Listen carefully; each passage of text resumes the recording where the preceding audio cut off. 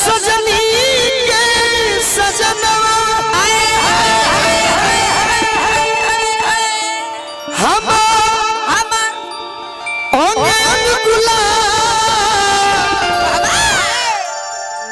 नियन खिला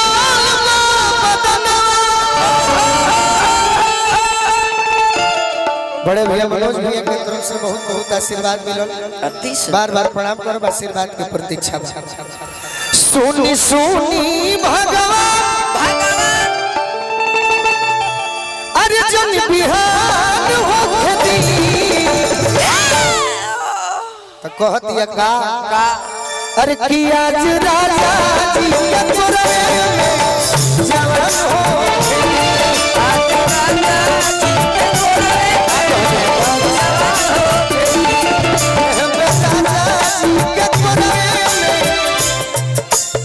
भाई तो हर नाच में वो जोकर जरूर रहे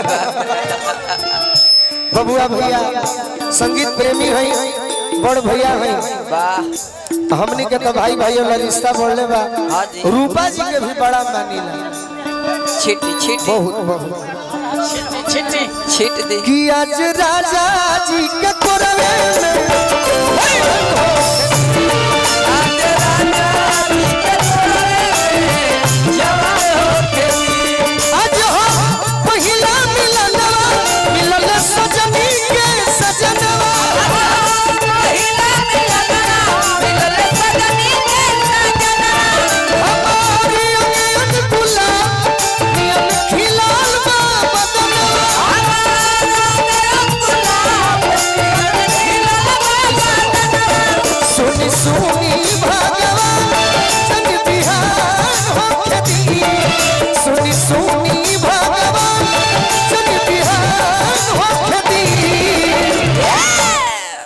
पटक मुड़ी पटक अरे कि आज राजा जी के पुरवे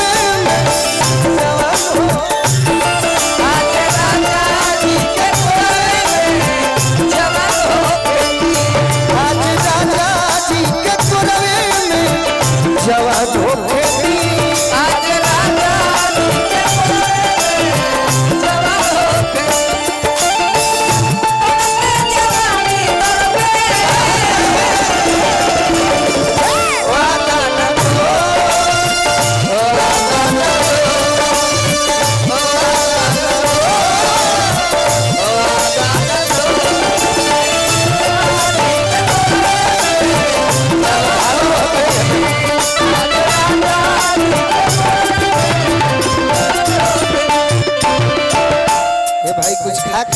निक्सा में भी है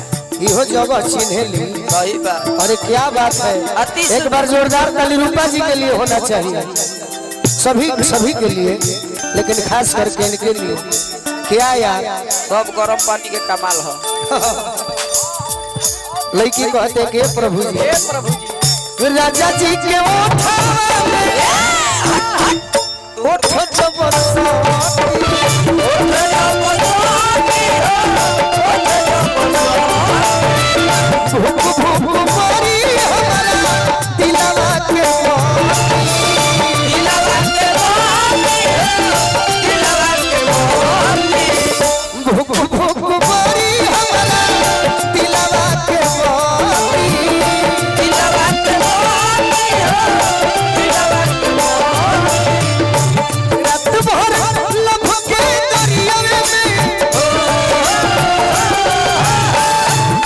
हमारे जिगर के टुकड़े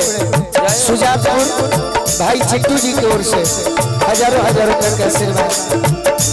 रात भर लभ के दरिया में निहान हो खेती आज राजा जी के पुरवे में जवान हो आज राजा जी के पुरवे में जवान हो आज राजा जी के पुरवे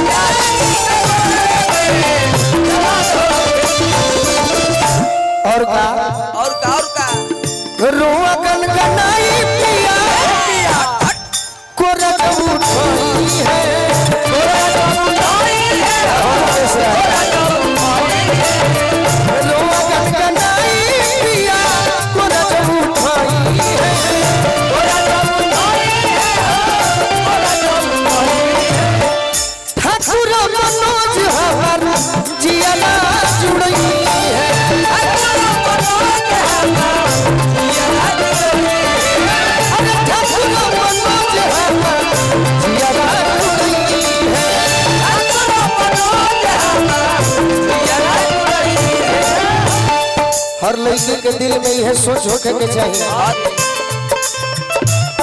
ये रऊ बोलू राजा के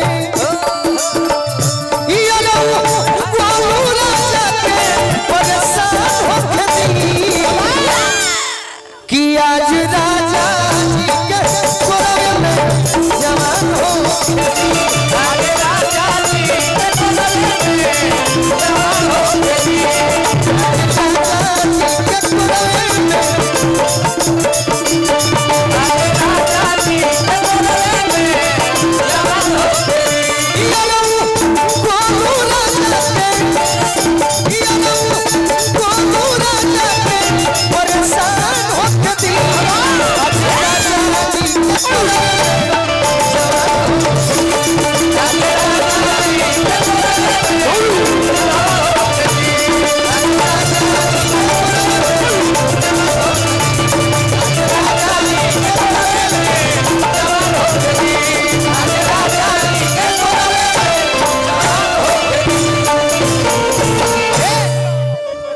जियो ये हाथी चाची बनो रहा हाथी चाची बनो रहा आता चाचा के मेजर में चलिए वो होली के तरफ